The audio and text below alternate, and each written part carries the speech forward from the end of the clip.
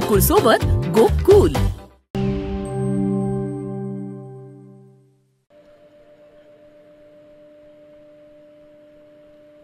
कारण मी संबंध सांभाळणारा माणूस आहे.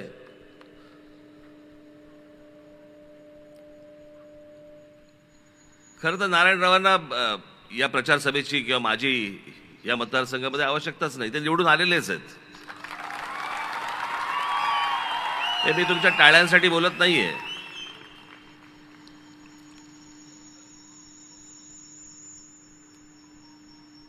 हा इतका सुंदर देखणा असा हा प्रदेश आहे. या प्रदेशामधली सिंधुदुर्ग रत्नागिरीमधली जनता सुजाण आहे.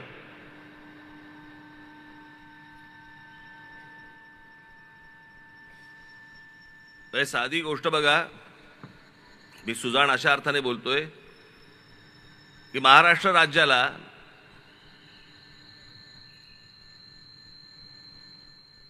नऊ भारतरत्न आहेत. त्या 9 भारतरत्नांपैकी तुम्ही जर नीट काढलेत सगळे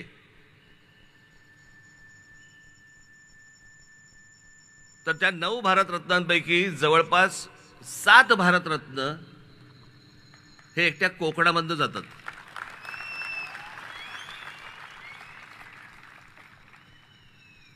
पावा काणे असतील, धोंडो केशव कर्वे असतील, विनोबा भावे असतील, सचिन तेंडुलकर असतील, लता मंगेशकर असतील,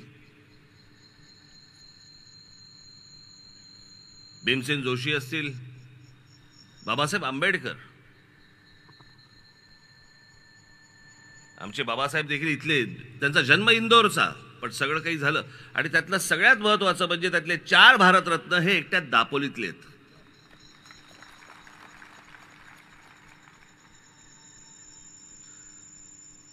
आणि म्हणून मी म्हटलं की सुजाण असा हा मतदारसंघ, कोण आपलं भलं करू शकतो, कोण काय करू शकतो माहिती आहे. आज इथे अनेक पत्रकार बांधव इथे आले आहेत.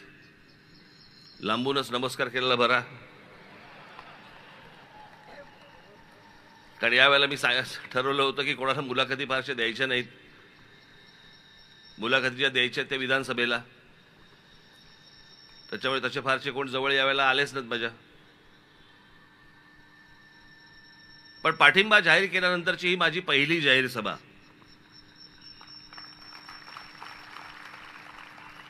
आणि मग मी तो पाठिंबा का जाहीर केला, कशासाठी केला, हे मला असं वाटतं मी गुढीपाडव्याच्या सभेमध्ये मी सांगितलं होतं.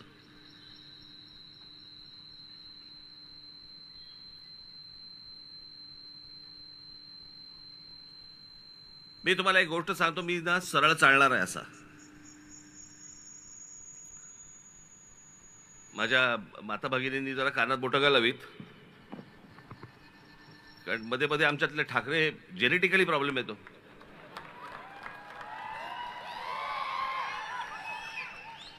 त्याच्यामुळे विचार करताना ना बैलासारखा, बैल जसा मुततो ना तसा विचार नाही करत.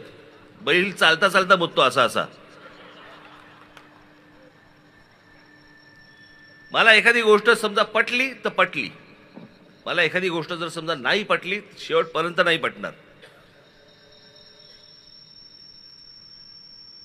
तसं 2014 ते 2019च्या दरम्यान ज्या काही गोष्टी केंद्र सरकारकडनं झाल्या, नरेंद्र मोदींकडनं झाल्या, काही गोष्टी ज्या झाल्यात मला नाही पसंत पडल्या. ज्या बाबतीत मी 2019च्या सभेमध्ये मी जाहीर त्यांचे स्क्रीनवरती ते दाखवून पण जाहीर विरोध केला त्या गोष्टीला. काही गोष्टी नाही पटल्या, ज्या आजही नाही पटत मला.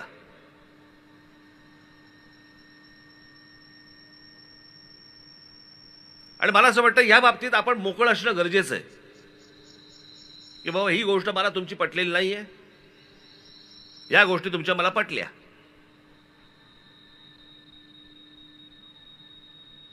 मग ती नोटबंदीची असेल, पुतळ्यांची असेल, अनेक गोष्टींच्या असतील. ज्या गोष्टी नाही पटल्या नाही पटल्या, पण ज्या गोष्टी पटल्या त्याचं जाहीर कौतुक देखील करणारा माणूस मी आहे.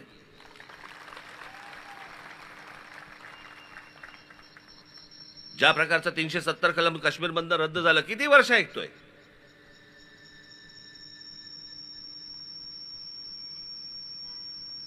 जेव्हापासून मला राजकारणाची समज आली, साधारणपणे तो काळ असेल एक 75चा वगैरे काळ असेल, ज्याला समज नसेल नाही म्हणणार मी, उमज म्हणेन मी, उमजलं ज्याला म्हणतो आपण, 75चा काळ असेल, आणीबाणीचा काळ. तेव्हापासून मी जे काही बघतोय किंवा त्याच्या अगोदरचं जे काही मी वाचलंय, 1947 साली ज्यावेळेला हा देश स्वतंत्र झाल्यानंतर पासूनच्या जी मी काही गोष्टी अनेक ज्या वाचल्या आहेत, तेव्हापासून सुरू आहे 370 कलम रद्द करा. आज नरेंद्र मोदींचं सरकार ज्यावेळेला आलं, नरेंद्र मोदींनी त्या काश्मीरमधलं 370 कलम रद्द केलं.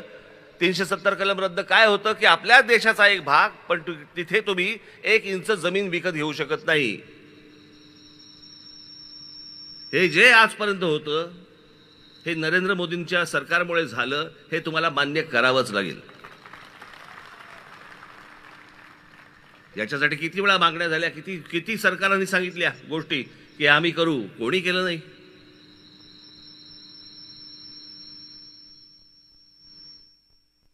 ज्यावेळेला बाबरी मशिदीचा विषय ज्यावेळेला आला आणि ज्यावेळेला देशभरातनं अनेक ठिकाणून ज्यावेळेला कारसेवक ज्यावेळेला तिकडे अयोध्येला गेले, त्यावेळेला ही चॅनल्स नव्हती, फक्त दूरदर्शन होतं. पण त्या दूरदर्शनवरती काही स्लॉट दिले जायचे, काही त्यावेळेचे काही चॅनलचे काही रील्स बिल्स असे काहीतरी होते, अर्ध्या तासाचे त्याला स्लॉट दिले जायचे, वेळा दिल्या जायच्या. आणि जेव्हा ही माणसं ज्यावेळेला कारसेवक तिकडे गेले, त्यावेळेला तिथे मुलायमसिंग यादवच्या सरकार त्यावेळेला तिकडे होतं. त्या सगळ्या कारसेवकांना, अनेक कारसेवकांना तिकडे गोळ्या घालून ठार मारले आणि त्यांची प्रेतं तिथे त्या शरयू नदीमध्ये फेकून दिली होती. माझ्या डोळ्यासमोर आजही जात नाहीत ती.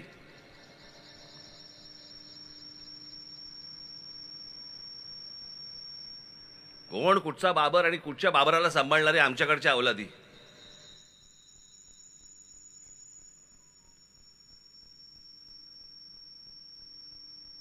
झालं कधी ते? साधारणपणे ती 88-89ची गोष्ट असेल, तेव्हापासूनचे सगळं सुरू आहे. विषय त्याच्याही कदाचित अगोदरचा पासूनचा असेल, पण हे सगळं कारसेवक तिथे जाणं, तिथे ती आंदोलनं होणं, सगळ्या गोष्टी होणं, आणि मग 92 साली त्याचा ढाचा गेला, ती पाडली गेली.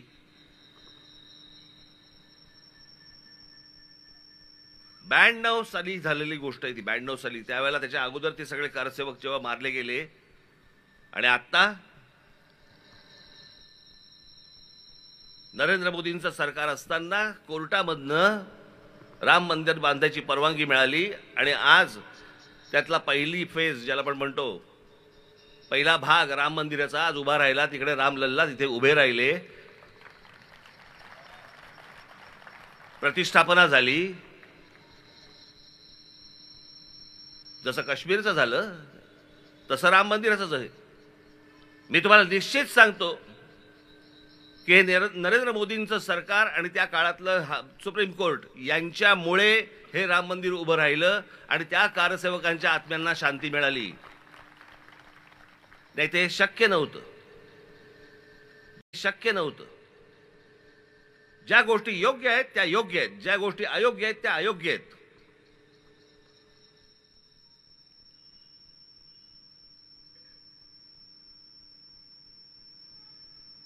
मित्राचीही खरपट्टी काढायला आपण मागे पुढे पाहता कामा नये, आणि दुश्मनाची देखील स्तुती करताना मागे पुढे पाहता कामा नये.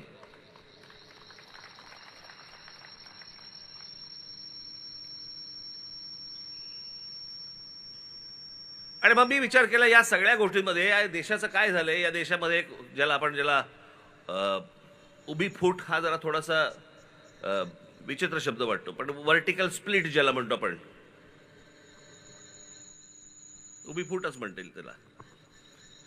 एक तर तुम्ही मोदींच्या बाजूने असा किंवा एक तर मोदींच्या विरोधात असा. 2019ला मी जे बोललोय ना, आजचे जे आहेत ना विरोधी पक्ष, यांची हिंमत नाही त्या गोष्टी बोलायची.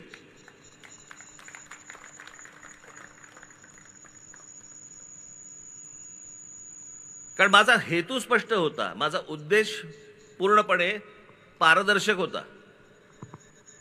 हे आताच्यांसारखं नाहीये माझं. मला मुख्यमंत्रीपद हवं होतं, मला मुख्यमंत्रीपद दिलं नाही. मला ही गोष्ट हवी होती, मला ती गोष्ट दिली नाही, म्हणून मी विरोधात. ही नव्हतो तसा. मला भूमिका नाही पटली म्हणून मी विरोधात केला.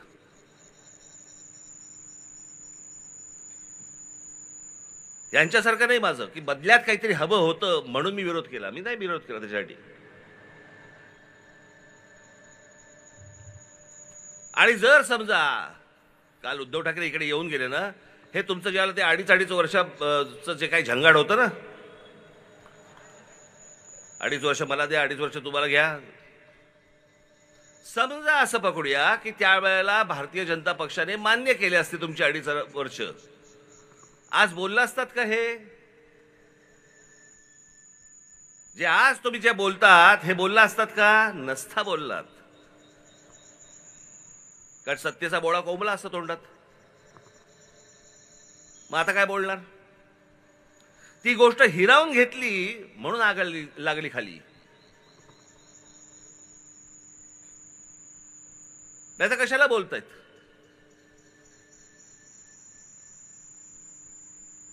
काल इकडे येऊन त्यांनी सांगितलं की म्हणे काय कोकणामधले उद्योगधंदे हे गुजरातला जात आहेत. वा रे वा. 2014 ते 2019 त्यांच्याबरोबर सत्तेत बसला होतात तुम्ही. 2019 ते आता किती 2020-22 ते काय जे असेल ते काय 23, तेव्हा तुम्ही मुख्यमंत्री होतात. म्हणजे या महाराष्ट्रामधल्या गेल्या 10 वर्षातली 7.5 वर्ष उद्धव ठाकरे सत्तेमध्ये होते. का गेले उद्योगधंदे बाहेर? का नाही विरोध केला तुम्ही?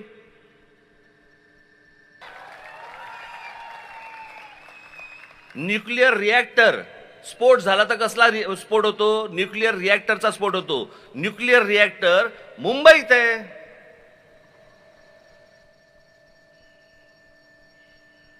तिथे कधी मला आठवत नाही की बाबा ऑटॉमिक रिसर्च सेंटर दूर लोटा, इथून काढून टाका, असं कधी बोललेलं मला आठवत नाही. पण कोकणामध्ये प्रकल्प येऊ द्यायचा नाही. मग पुढचा कुठचा आता आला तो विरोध झाला, तो नाणार. मग यांचा खासदार जाणार नाणारला विरोध करणार आणि मग लोकांना भडकवणार, बागायती शेती जाते बिते वगैरे वगैरे. माझं असं म्हणणे हे सगळं नंतर. नाणारमध्ये जेवढी जमीन आज ॲक्वायर केलेली आहे, लोकांच्या जमिनी घेतलेल्या आहेत, कोणी घेतल्या तो जमिनी? कसा रिकामा झाला? आणि नाणार तिकडे होणार, तिथे जमीन आली कुठून? बरं आली तर आली.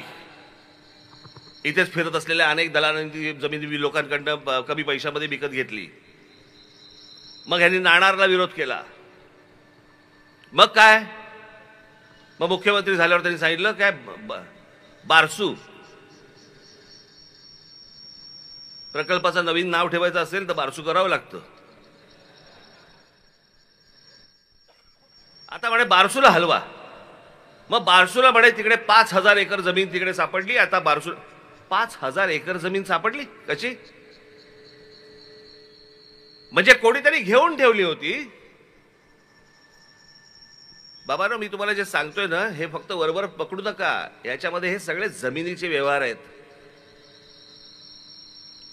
यांच्याच लोकांनी घेऊन ठेवलेल्या सगळ्या जमिनी, हे प्रकल्प आणायचा नाही आणायचा हे सगळं ठरवायचं. मग जिथे जमिनी घेऊन ठेवलेल्या आहेत तिथे जास्ती मुलांनी सरकार जास्ती पैसे देतं.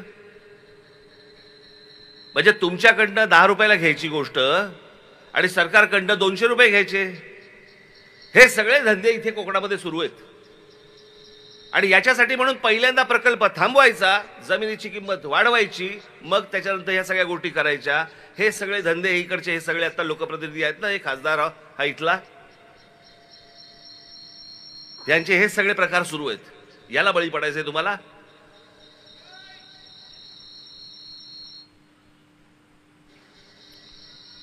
कोकण रेल्वे ह्याच कोकणाबंद झाली ना हो? किती वर्षात झाली? तेव्हा असले हे दलाल वगैरे फिरत नव्हते इथे कोकणामध्ये, म्हणून पटकन झाली कोकण रेल्वे. या कोकणामध्ये चांगले उद्योग यावेत, प्रदूषणमुक्त प्रकल्प यावेत. खरंच प्रत्येकाची इच्छा आहे. हे बाजूचा गोवा बघा,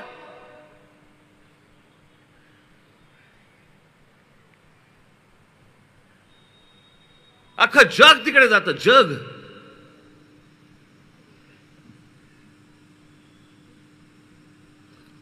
पण गोव्यासारख्या बीचवरती जर समजा ते चित्र दृश्य दिसतं आपल्याला, ते जर आमच्या कोकणाच्या किनाऱ्यावरती दिसलं, 2020 एवढी गर्दी होईल. आणि मग आमच्याकडचं काय पालीभूत असतं, काय आमची संस्कृती बिघडते, आमची संस्कृती खराब होते.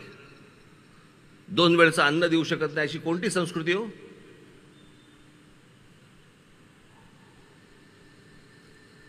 इकडची संस्कृती खराब, इकडची संस्कृती मोठी.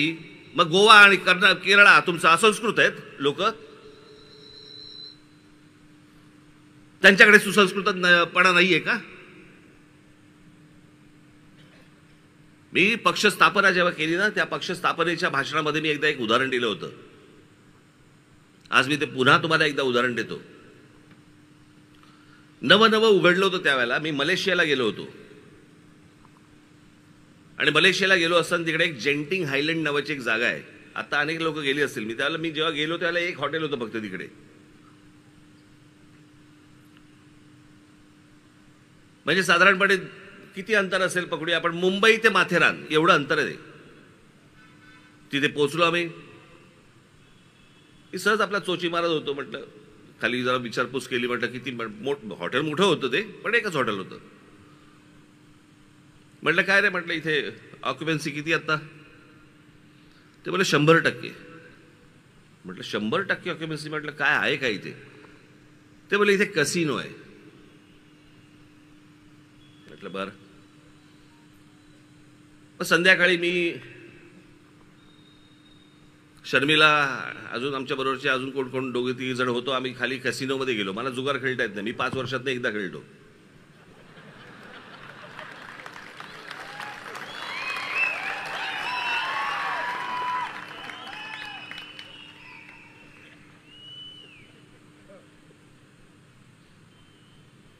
मग तिकडे आतमध्ये गेलो. ते काय ते भिंगऱ्या फिरवत होते सगळे. काय काय काय काय काय काय कोण काय बसले होते काय.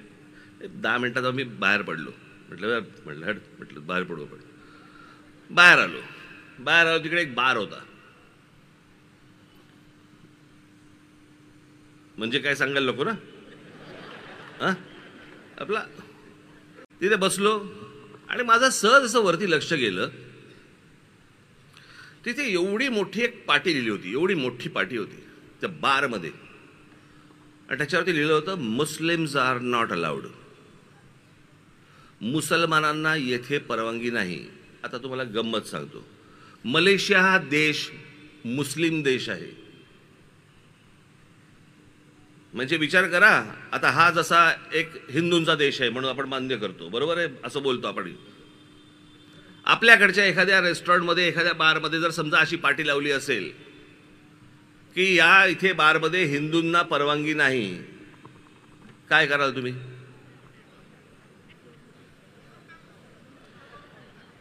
फोडून टाकू, म्हणजे पिऊन फोडून टाकू ना.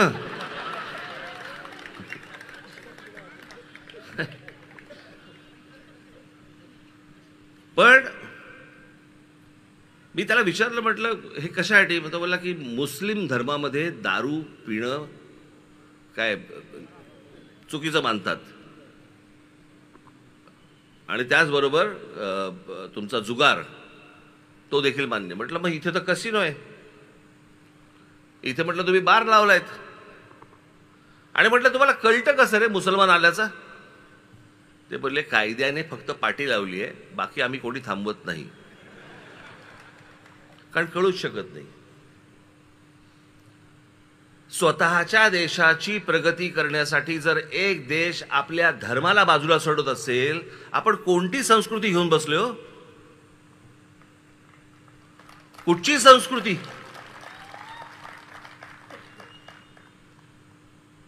आणि मग आपला जो काय बाणा म्हणू आपण की बाय इथे आम्ही या गोष्टी होऊ देणार नाही, आम्ही ही गोष्ट होऊ देणार नाही, आम्ही ती गोष्ट होऊ देणार नाही. बाकीची राज्य पुढे चालली आहेत.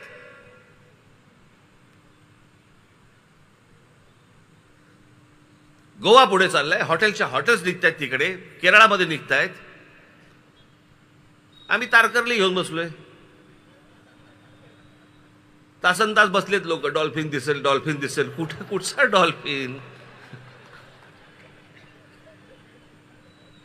मग ते ह्याला जातात नाही का, ते जंगलात नेतात ना वाघ दाखवायला.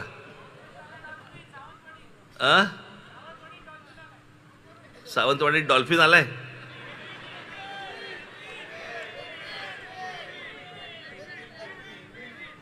पिंक. तर मला तुम्हाला सांगण्याचा उद्देश असा की या सगळ्या बाजूने इतका सुंदर प्रदेश मी तुम्हाला सांगतो. म्हणजे आपल्या कोकणामधला हा संपूर्ण प्रदेश आपला जो आहे ना, त्याला जैवविविधता म्हणतात त्याला.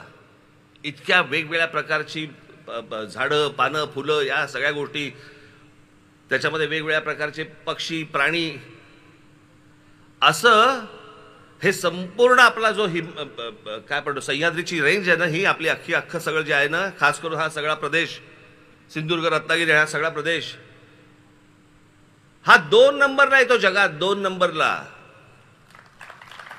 अमेझॉनच्या जंगलानंतर हा प्रदेश येतो. आणि या प्रदेशाचं आम्ही काय करतो? काही नाही. पावसाळ्याच्या दिवसामध्ये इथे फक्त लोक येतात, गाड्या लावतात, धबधब्याखाली उभे राहतात. हा इतका सुंदर प्रदेश व्हायला पाहिजे, याच्यामध्ये इतक्या प्रकारच्या गोष्टी यायला पाहिजेत. खरं तर बाकीचे कारखाने सोडून, नारायणराव, माझी तर इच्छा फक्त हॉटेल्स आणा इथे आणि इंग्लिश स्पीकिंग कोचिंग क्लासेस आणा.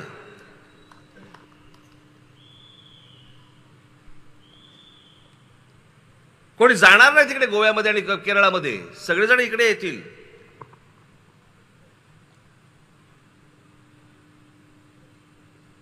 जेवढा वेळ मिळाला, मला अजूनही आठवतंय नारायणरावांचा, 6 महिने मिळाले होते मुख्यमंत्री पदाचे. जर पुढची 5 वर्ष मिळाली असती ना, कोणाला इथे प्रचाराला याची गरजच लागली नसती.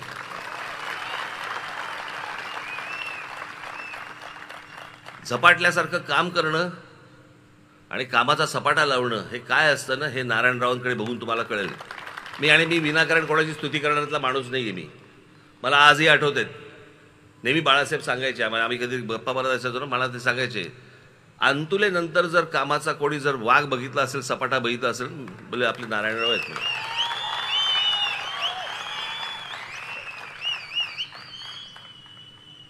आणि एखादा विषय समजून घेणं, समजल्यानंतर तो मांडणं, हे तुम्ही असं नका पकडू.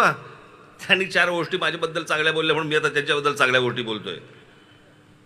मी खरंच सांगतोय, मला ज्यावेळेला ते मुख्यमंत्री झाले त्यावेळेला मला खरंच प्रश्न पडला होता की हे कसं करणार, हे मुख्यमंत्रीपद सांभाळू शकतील का.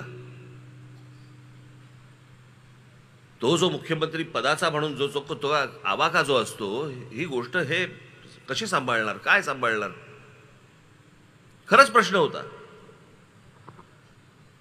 पण त्यांनी ज्या प्रकारचं मुख्यमंत्रीपद त्यांनी जे हाताळलं किंवा हाकलं म्हणूया, हे भल्या नाही जमलंय. मी तुम्हाला एक उत्तम उदाहरण म्हणून मी तुम्हाला सांगतो. उत्तम उदाहरण, माझ्याबरोबर इथं आमचे अनिल शिदोरे आले असतील. कुठे आहेत? आलेत का? कुठे आली आहेत? नारायणराव, तुम्ही कदाचित विसरून गेला असाल ही गोष्ट. हे आमचे अनिल शिदोरे एके दिवशी आपले मोठी संस्था, आपले अभयभंग माहिती आहेत ना तुम्हाला, सामाजिक संस्था ज्यांची आहे अभयभंग, या अभयभंगांना घेऊन हे आमचे अनिल शिदोरे एके दिवशी नारायणराव मुख्यमंत्री असताना त्यांच्याकडे गेले. सभागृह चालू होतं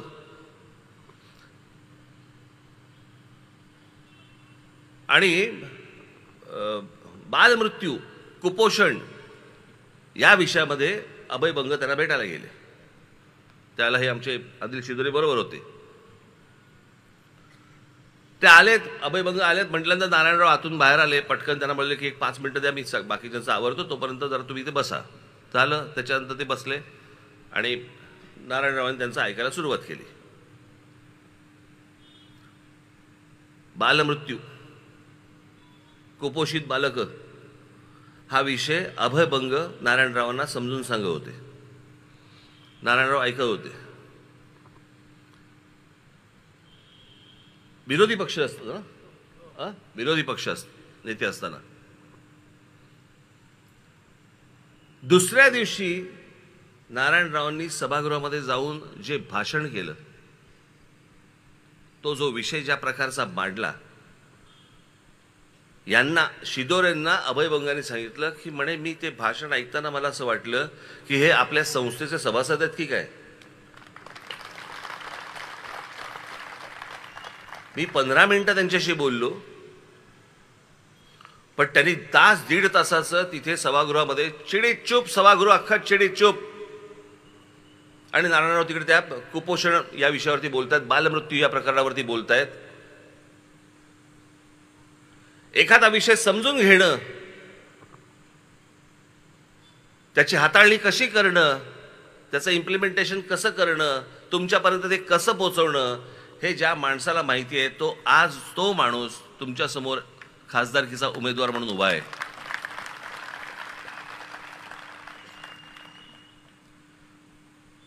माझी सिंधुदुर्ग आणि रत्नागिरीच्या माझ्या सर्व माता भगिनींना माझी विनंती आहे, हात जोडून विनंती आहे, त्यांना निवडून द्या ही तर विनंती आहे. पण तुम्हाला एक प्रश्न पण आहे,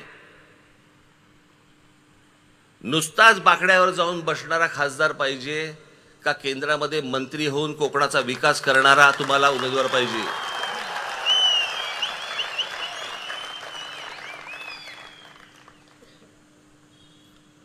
उद्या ज्या वेळेला नरेंद्र मोदींचं सरकार पुन्हा ज्या वेळेला तिथे बसेल, येईल, त्यावेळेला त्या केंद्रीय मंत्रिमंडळामध्ये आमचे नारायणराव राणे देखील पुन्हा एकदा असतील.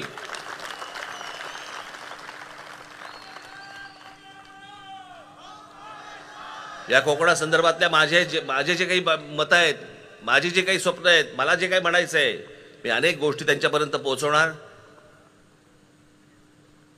आणि त्यांच्याकडे गेल्यानंतर ए बाबा रे माझ्याकडनं काम नाही होऊ शकत, असं होऊ शकत नाही, त्यातनं ते मार्ग काढणार. हा झाला त्यांचा स्वभाव.